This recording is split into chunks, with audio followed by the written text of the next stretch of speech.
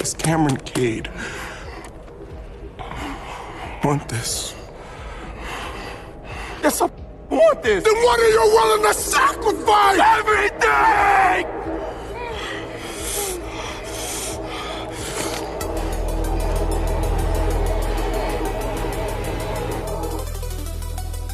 And show me. Okay.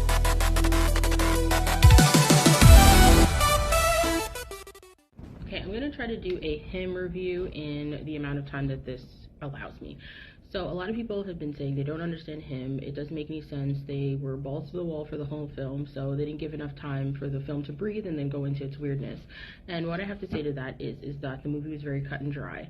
The ending, I feel like, is justified because if anybody was in the situation of the main character, I feel like you would have to act quickly, and so there wouldn't be any time for you to breathe in that situation. Sure, there are some movies where you're able to breathe in a high intensity situation, but a lot of the other discourse is like, we don't know if this is real or not, and it is. The stuff that was happening to him was real, and so from my perspective, let's just say that. And so when he finally wakes up to what's happening to him, I feel like the only option was to react the way that he did. The next thing is that people are kind of saying that it's too artsy, and I guess they really went into this thinking that it was a Jordan Peele film and it is a Justin Tipping film. Google is free. You could have just looked that up, or when you were watching the trailer, pay attention. So you were expecting one thing and you feel like you were hoodwinked. So I don't know if that was why there was so much discourse in the comments or the reviews, but I mean, it was pretty cut and dry. Would I rewatch this film? Yes. I don't have an issue with artsy films as long as it's done correctly, and I thought this one was done correctly. I have watched a few of the reviewers that I often follow on YouTube, and a lot of them are in the same consensus that the ending felt rushed, and even people that I went with to see the film felt the same thing. Again, I stand by the fact that if you were put in a situation where you were kind of, this is a spoiler, in a cult situation and you were trapped, then you need to act quickly in order to get out. And now I'm going to go into actual spoilers of the film. The movie, it kind of starts out with the fact that the main character is groomed for this lifestyle. In order for there to be something happening, there had to be an inciting incident, which was his injury, which then sends him to the training camp, or the combine, I think it's called, with Marlon Wayans. He gets there to the combine, in which he is put to the test of, well, what are you willing to sacrifice in order to, you know, be a part of this lifestyle?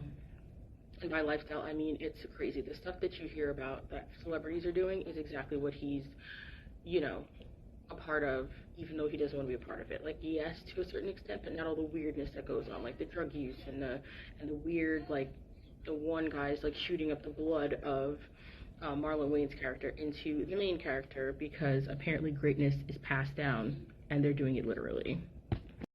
So yeah, so the greatness is passed down, and they do it in a literal sense of bloodletting and passing the blood on to the other character against his will.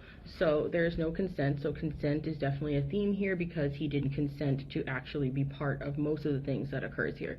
He's watching people get harmed, he's, you know, like a cult shows up, and honestly, he was part of a cult in his growing up, because his dad was very cult-like in the following of football, and that's really, you know, a theme that they have on in this movie, where they're touching on how people worship sports teams and certain players and stuff like that.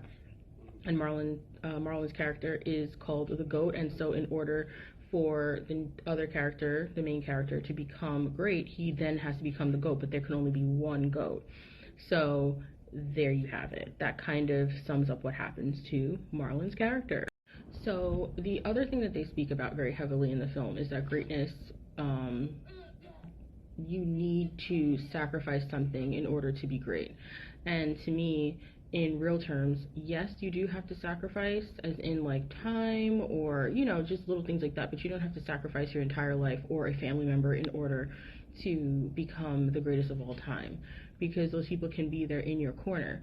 In this movie, a lot of the people that were around him are actually his biggest ops, because they were all in on it and he wasn't. And even if they weren't in on it, they were enabling the fact that it's like, well, you know, if you go do this, then, you know, you're going to be the greatest and the family's going to be out of squalor, and they weren't even in squalor. But that's the thing that I'm saying. Like, if you watch media and how people end up in these situations, like say like the Justin Biebers and like the Aaliyahs and all that, there's a reason why their family pushed them so hard to be part of this lifestyle. And now I'm going to get a little controversial, because when I said that there are parents who push their kids into this lifestyle, those kids did not consent to this. The kids who were part of the whole R. Kelly debacle and them thinking that it's going to be, you know, the best thing ever for the family, the Cassies of the world. Hello? Like, the family's thinking like, yes, they're trying to push your talent, but also how is it going to impact the family? And by impacting the family, it is usually a financial gain. So the main character in this, Cam, is it Cam Cade? I think that's his name.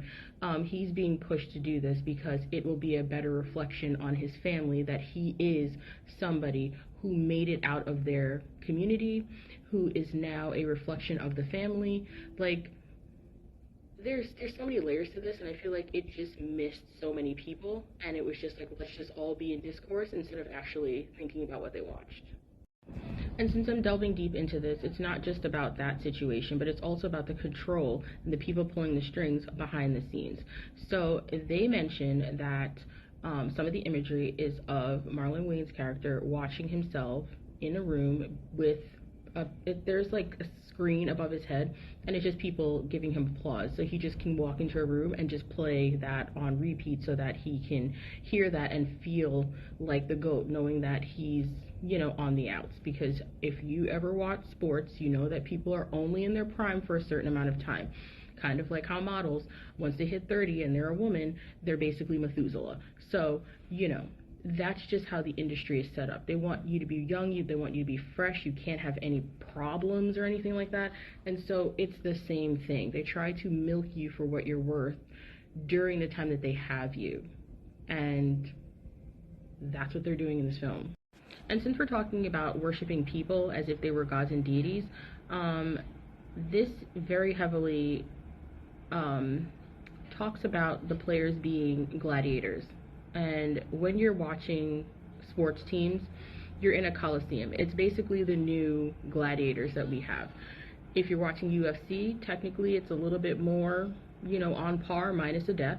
Not saying that people haven't died in the ring. When you've watched wrestling, UFC, hockey, football, whatever, it's all in a coliseum. And when you're in a room like that, and even though you're not the person on the field, there is a feeling, there's like energy in that room, and it's electrifying. Even though you're not the person that they're cheering for, there's just something that happens when you experience a situation like that, and I'm sure you all have. So I'm just gonna do a quick aside. So I actually, not that I've been worshipped in any way, but being in the Coliseum and being on the ground level and looking up at the seats is an otherworldly experience, which I've actually had. I walked through and I literally stood there, and what I thought about when I was in that moment was like all of the greats that stood there, and I'm looking up at the jerseys of the greats in the Coliseum, and I'm just like, wow. Like, imagine being that person here with all these people in the stands just cheering for you and hoping that you like win, like shoot the winning, you know, goal, whether it's in a basket or a net, you know, like a hockey net or whatever. Like, it was surreal. It was an experience, and nobody was cheering, but it was like, I can envision it. So imagine being that person. Okay, so I'm going to try to finish this up because my phone battery is going to die, but the last bit of the discourse was the fact that they really leaned heavily on actually making it about the devil. And so the devil shows up at the end of the film, and it's there to collect a sacrifice, because Cam goes off and he basically just murders everybody because he's saving himself. He didn't ask for this life. He was thrown into this life. He didn't ask for, you know, to see all the things that he saw. He came here to be a good person, and so he's fighting to keep his sanity and his worth and his soul intact. He didn't ask for this, and he doesn't want to be a goat at the expense of losing himself completely. So And then also perpetuating the horrible nature of this. Like, if he's the goat, then that means he's gonna then have to pass on this curse to the next person. You know, I don't think it's a bad film. I just think that it's well-rounded. I think that, yes, it doesn't cover any new ground. Most of these films these days don't really, I mean, you can do it in your own way. You don't have to come out with something brand spanking new. Yes, we would prefer that, but I think that for what it's worth, the film is worth the watch. If you want to go see it in theaters, if you want to go see it on streaming or whatever, I think that all of the actors did a phenomenal job, especially Marlon Wayans, because we know him as a comedian and he was really, really, like, you know, in this film. And the messages are there. I just think you have to open your eyes and, you know, really take it for what it is. Peel back the layers. The same way that you guys were able to peel back layers for Sinners, and I'm not saying this is on par with Sinners, but it doesn't need to be something that you hate because it was too artsy. That's a cop-out.